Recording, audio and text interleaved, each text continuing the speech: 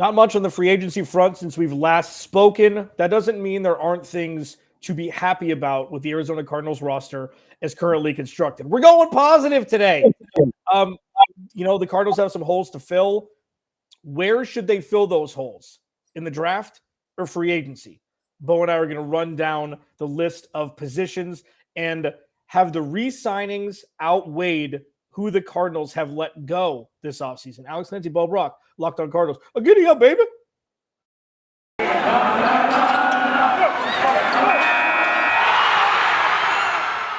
You are Locked On Cardinals, your daily Arizona Cardinals podcast. Part of the Locked On Podcast Network. Your team every day.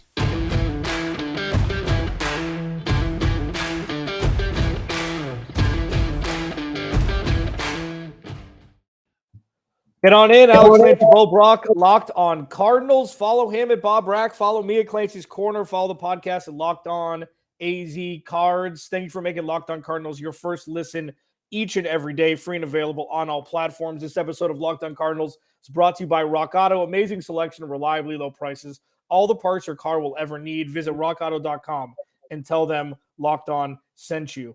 Not a whole lot has changed since we spoke last. Not a whole lot has changed across the landscape of the NFL. Now, there have been some quarterback movement. Obviously, Deshaun Watson is now a Cleveland Brown. Yesterday, Matt Ryan was traded to the Indianapolis Colts, which I think was a great move for them. Matt Ryan gets a lot of, well-deserved flack for the 28-3, for the downfalls towards the tail end of seasons. He's a quarterback who you trust until he breaks your back, which is the majority of quarterbacks that have ever played in the NFL. But I think he's going to be a good fit in Indy. And as my co-host astutely mentioned before we cracked the mics for this podcast, that most of the quarterback movement has finished. Baker Mayfield is probably the only one that hasn't been moved yet of any sort of consequence. What? Some respect on Jimmy G's name, right? I mean, isn't it? They ain't going to be able to trade for him. Where is he going to go? No idea at this point. Yeah. So, I'll throw Jimmy G in there. Even though, he's another guy that gets severely disrespected. Look at his win-loss record. But the rest of the dominoes should start to fall a little bit more precipitously than what we've seen over the last 72 or 96 hours. The Arizona Cardinals haven't done much, but we are going to start with positivity. Please subscribe to the YouTube channel, like, comment, etc. But Kyler Murray, DeAndre Hopkins, Budda Baker, Rodney Hudson, James Conner, Zach Ertz, Jalen Thompson. There are some things to be happy about on the Arizona Cardinals roster. And we know that. I don't think we speak about it enough because it's more what can be done to improve this roster that started 7-0, 10-2, and fell unceremoniously out of the playoffs, marred by the pick six to Kyler Murray that's just singed into everybody's brains. There are a lot of things to be happy about regarding the players that are currently wearing Arizona Cardinals jerseys. Yeah, absolutely. I think what the Arizona Cardinals plan is to get back to that team that started the season 7-0, 10-2, best record in the league and having a ton of success on both sides of the football. Actually, all three phases, you could tell that there was emphasis in returning a lot of the special teamers. So they like what they have in that area of the game.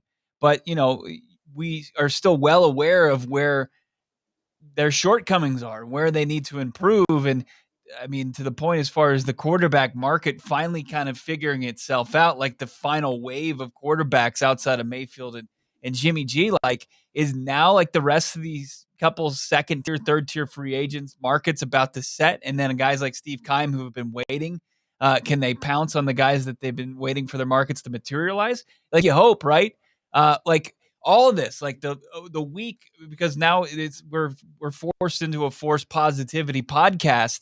Do the Arizona Cardinals kind of make it a moot point at this juncture? Like if they go out and they get Stephon Gilmore or Joe Hayden or Trey Turner at the guard spot or Calais Campbell, Invil Joseph on the interior of the defensive line, or Will Fuller, Julio Jones, any of those names, like if they get two of those guys, do we calm down and say, okay, with that plus the pieces in place and the guys that they retained, and then the draft about a month away, are we Are we happy with where this team is put itself in a position to add for the remainder of the offseason and go into the preseason with this core in place?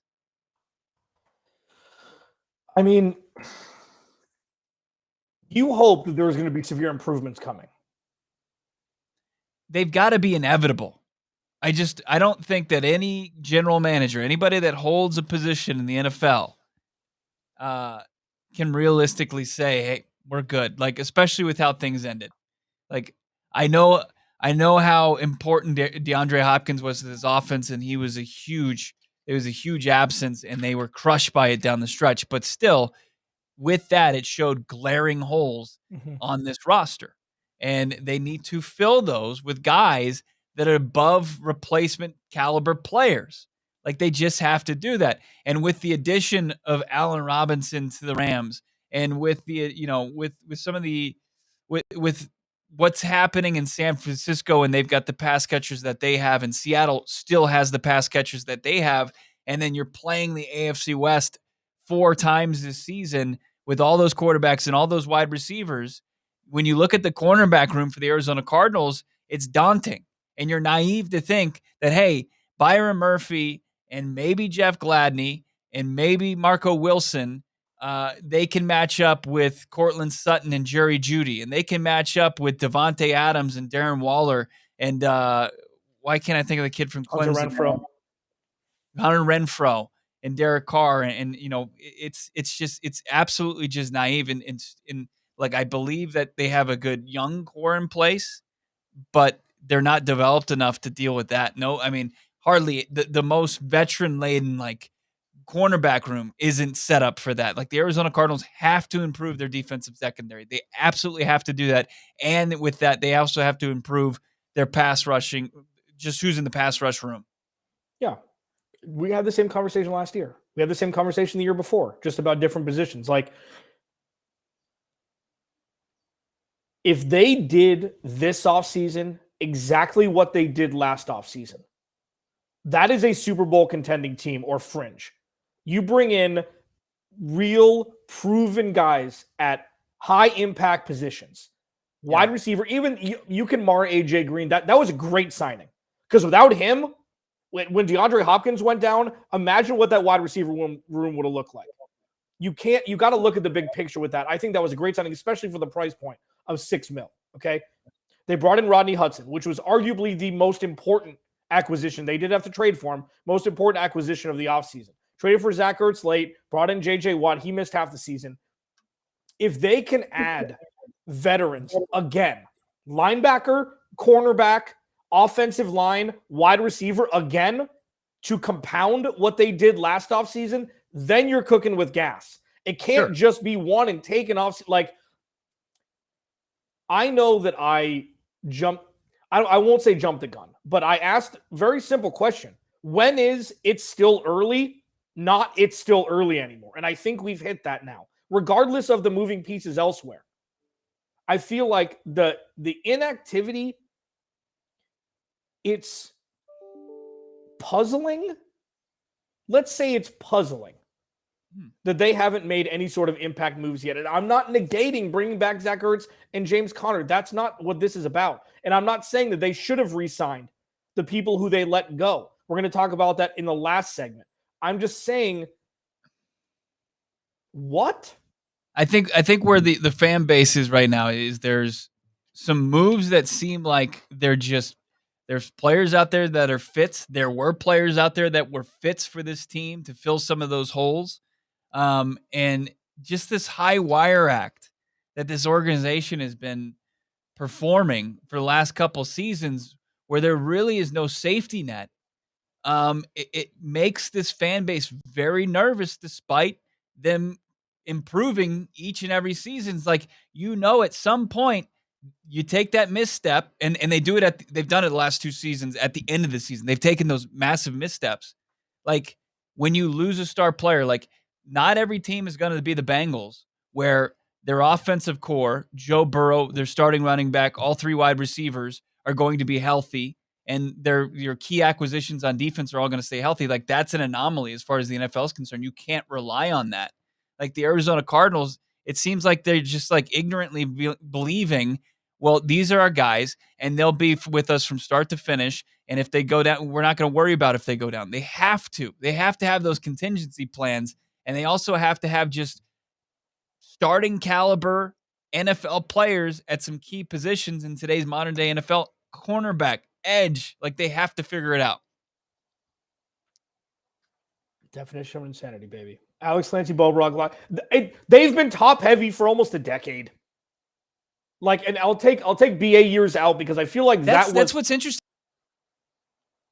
That's his approach. Like you see all these, like there's the blueprint for rookie quarterback pay scale. And Steve Keim has this other idea, like this, he's the only one really kind of doing it. And he's going off for these short 1-year deals, massive amounts of money.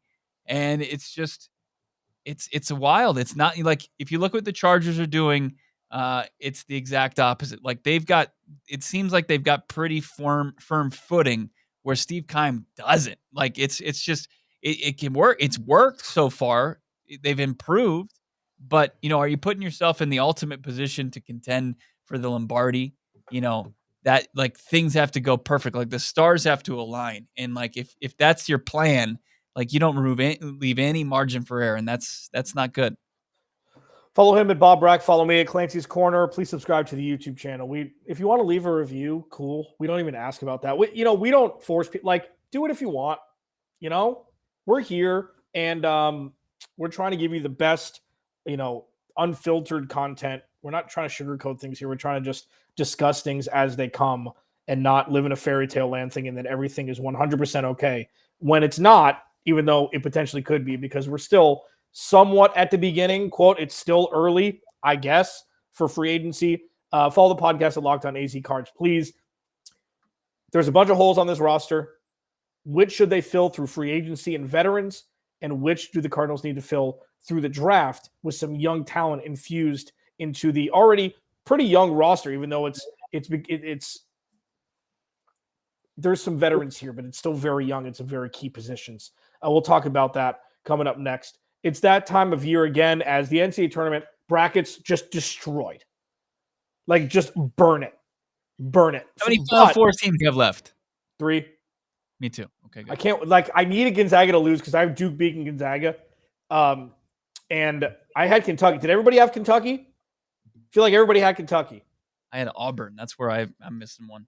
Well, that's why you shouldn't be allowed to fill out a draft. Regardless, betonline.net's got you covered. Okay. From all the latest odds, contests, and player props, they're the number one source for all your sports betting needs and info. BetOnline remains the best spot for all your sports scores, podcasts, and news this season. And it's not just basketball, man. BetOnline's your continued source for all your sports wagering information needs, including live betting and your favorite Vegas casino games. Head to the website today or use your mobile device to learn more about the trends in action. BetOnline, where the game starts. This is going to be a fun segment. Alex Clancy, Bob Brock, Locked On Cardinals. Thanks for making Locked On Cardinals your first listen every day. Make sure you're following Locked On NFL. Locked On experts covering the biggest stories around the NFL every Monday through Friday in less than 30 minutes. It's free and available on all platforms. You can check you check Bo out today. You can check Tyler Rowland from Locked On Titans and myself. Yesterday. I was on yesterday. Oh, Monday. Yeah. What day is it? Yeah, Monday. Apologies. I apologize. I'm hungry. So the Cardinals have some holes on this roster, depth and starting holes. And, you could probably say everything but quarterback. Everything but quarterback? Is that fair? Like, is there a spot, maybe safety? Tight end. Quarterback and safety? Tight end? Yeah. Everything else. Linebacker? Yeah, well, I just, why do I think they're going to give Bobby Wagner like $20 million a year for 3 years? Like, I don't, it's a Steve Keim special. And he's like, ooh, you get a little, I see it coming. I'm not as excited about that as I once was. Draft, they have a boatload of draft picks. They have first, second, third, and then I think 4 6 and 4 7s. They got a couple compensatories on top of what they had already. I don't know if that means trade up value. I don't know what Steve Keim has in play for the 4th and 5th rounds. Do a mock draft and go through that and see how many picks it will be between the Cardinals' 3rd-round pick and their first 6th-round pick. It is a massive Grand Canyon worth of picks between the two. So linebacker, corner, wide receiver, offensive line, running back. Where do you think the Cardinals need to target young talent in the draft? And where do you think they need to go more veteran with the free agents at hand? Because they have such a young cornerback room, I think they absolutely have to add a veteran or two to the cornerback room. Or two. Maybe an inside guy and an outside guy, guys that just know the angles, guys that know how to compete against professional wide receivers who run a diverse route trees out there. It's imperative for the Arizona Cardinals to get a little age and veteran leadership in the defensive secondary. Then you can look at the young guys and be like, oh, okay, I like these guys. I like Byron Murphy. I like Marco Wilson. I like Jeff Gladney. And of course, the guys on the back end, you got to love the safeties.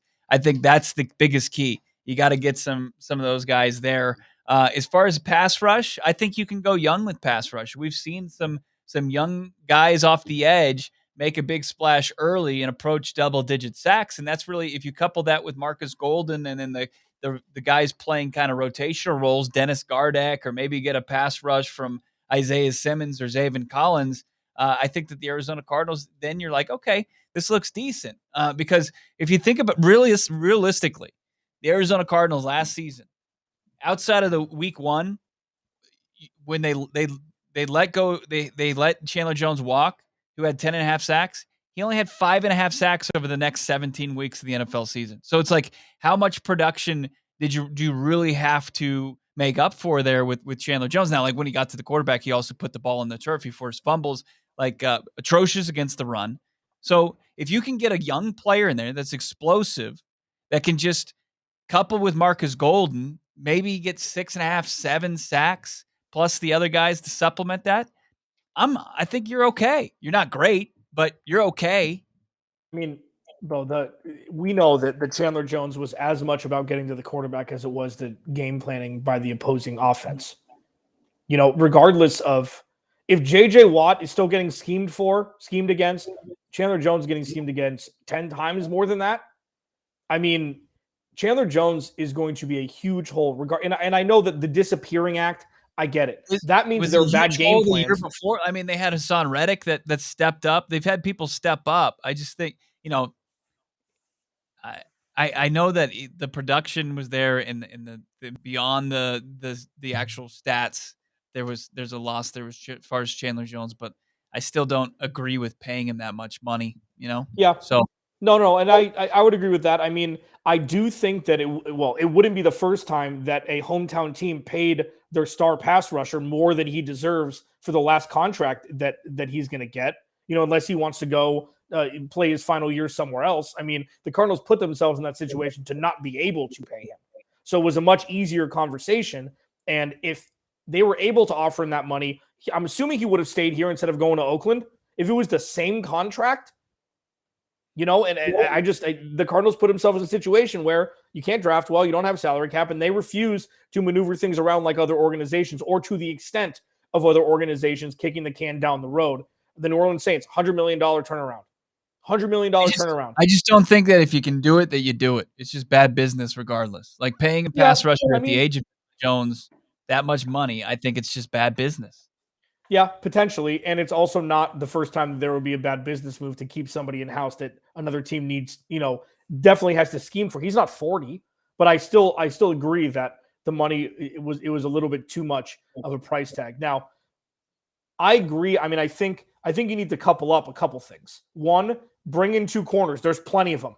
Anybody that's played meaningful snaps on another roster would benefit this cornerback room. I mean, even like what Drake Kirkpatrick did a couple years ago, it wasn't great, but he was a body. I thought you were going another way. What? P3. Oh, no, please. No, what Drake Kirkpatrick did a couple years ago, he had games where he was very, very serviceable. The Cardinals don't have many of those on the roster that you can trust right now. Like, the cornerback room is bare, and I'm not saying Drake Kirkpatrick, the name specifically. There's a list of corners that the Cardinals can bring, and I thought Casey Hayward would have been a great one. I think Stephon Gilmore is still going to garner a big sticker price that Steve Keim will pay for so when I say couple, bring in a veteran corner and draft one. Bring in a veteran linebacker and draft one. And bring in a veteran offensive lineman and draft one. And then if you're going to bring in, and that's going to probably be a 6th round pick, Steve Keim's special offensive line, and then draft a young wide receiver. At this point, I'm going to be forced to it. If the Cardinals, I would hope it'd be a 2nd round guy. You could bring in a high impact corner or offensive lineman in the 1st round. I still think Zion Johnson's the guy in the 1st round, because if you can't protect Kyler Murray, none of this is going to work. But things are changing daily. I really think they've done a decent job of protecting him relative to the rest of the league. He's not getting sacked. He's not getting sacked, in the 40s, 50s, and 60s. He's getting sacked in the high 20s, low 30s. In the last 2 seasons, I think last year was 31, the season before was 27, and it definitely took a step back at the end of the season. So, if they can get one more play, I would rather them go out and get a veteran guard, like a Trey Turner, and then they have to improve the playmaking, at 2 spots, one at the wide receiver spot and one at running back now, because I don't know, I was looking at the free agent running backs, who's out there. Marlon Mack's more of an in between the tackles guy, so you've got that from James Conner. And then he's not a good pass catcher, so he doesn't really take over the role of Chase Edmonds, so I don't think that's an option. Josh Jackson, who played with the Chargers for a while, I just don't like those options. Justin Jackson, sorry, yeah. Not former Suns bust Josh Jackson. Yeah, Detroit Piston, I believe, Josh Jackson. I'm more in the draft to running back camp now, because you have to be. Third, 4th round? Yeah, 3rd round, 2nd or 3rd round. I mean, listen, if you want, here's the thing. You can make an argument for drafting all offensive players. Yes. Wide receiver in the 1st, running back in the 2nd, offensive line in the 3rd. 100% you can make an argument for that. And it's fun to make an argument for that, because you're looking at the future of this offense with Kyler Murray calling the shots. I completely understand that. And if the last couple drafts would have been different, this is the perfect year to go nutty balls on with all the offensive players. You know what I mean? Yeah, nutty. I mean, you got to go nutty balls. When you go nuts. If you look at the Cardinals offense, who's part of the future with Kyler Murray? Rondale Moore and we don't know if DeAndre Hopkins is. He's 29. I mean, he restructured. This happens all the time. He could play one more year. I think he's got an out after 2022. This isn't going to be fun if the Cardinals aren't going to win for DeAndre Hopkins. Right. The urgency, and we're going super long, I don't care. The urgency for a front office to retain their star players, the leash, the spectrum has never been shorter. The margin has never been more razor thin, because player empowerment has never been this high. Look at the fact that Devontae Adams is on a different team right now. That should be it. That should be all you need to know about player empowerment and getting paid wearing a different jersey. And is Green Bay, though. I mean, yeah, well, I mean, they didn't need an owner. I don't understand why. That's ridiculous. Coming up next, okay, we're going to talk about this throughout the week, but Zach Ertz, James Conner, Max Williams, Michael Dogby, and your boy, Dennis Gardeck, back. Chase Edmonds, Chandler Jones, Christian Kirk, etc. No longer Arizona Cardinals. Which side would you rather be on? Who the Cardinals retained or who they've let go? We'll talk about that next. That's going to be a really, really fun conversation. RockAuto.com. If you've been listening, Rock Auto's been around for a handful of years now. If you know anything about me, besides the fact that I put up with a lesser than co-host, it's that I don't know anything about cars. Nothing. Zero. Nothing about cars. I got the sports gene from my pops. I did not get the car gene, and RockAuto.com has got me covered. I do know that if I go to a chain storefront place, I'm like, hey, I need this. They're like, well, either we don't have it or, well, Can you explain a little bit more about what you need? I wouldn't be able to explain anything because I don't know anything. And it's awkward. It's kind of, it's embarrassing. But rockauto.com has got me covered. I go to rockauto.com. They're a family-owned business. They've been online for 20 years. I just type in what I need, like paint or carpet, and I give my make and model. And 4 days later, boop, it's on my front doorstep. You don't get upcharged 40, 50, 60, or 70%. Sometimes like chain storefronts because they have to keep the stuff in stock on their shelves. I mean, the proof is in the pudding with them. 20 years. That's enough. That was during like the beginning of the internet. That was during the dial-up times. And rockauto.com's got you covered to this day. Go to rockauto.com, right? Locked On in there. How did you hear about us box? So they know we sent you amazing selection, reliably low prices, all the parts your car will ever need. rockauto.com. This is going to be interesting. So there's been some player movement around the Arizona Cardinals organization, not necessarily bringing in players from, teams, players that wore different jerseys last year. But it's with what I've seen from Twitter, etc. People seem to be happy for the majority of moves that have been made or have not been made. Retention, re-signing, etc. Cardinals brought back James Conner, brought back Zach Ertz. As Bo mentioned, what is that, 24 touchdowns? Zach Ertz had 6 last year? Yeah, or 3? Three for the Cardinals. So bringing back 21. Yeah. Bringing back 21. Bringing back Dennis. Yeah. Bringing back Dennis Gardeck. One of the best sack dances in the NFL. Hoping to see a lot of that next year. 3-year, $12 million was borderline rich for me, but I mean, he's a great special teams guy. And after losing Trent Sherfield, you need as many of those guys as you can have on the roster. Bringing back Michael Dogbe for some interior line depth. That's about it. They signed Jeff Gladney, but we're removing him from this conversation right now. Let Christian Kirk walk for just a whole lot of stinky cheese to Jacksonville. Chase Edmonds, a little bit more team-friendly deal in Miami. And then Chandler Jones, probably the most notable with the silver and black out there in Vegas. Which side would you take? Are you taking who the Cardinals re-signed as the win? Or if they would have signed a couple guys that they let walk, that the Cardinals would be in a better spot than they are now? I think that the team retained the guys that they should have retained with all the variables in play. Like as far as what it was going to cost for Kirk and Chandler Jones at the respective position, taking home the most money per season at those positions.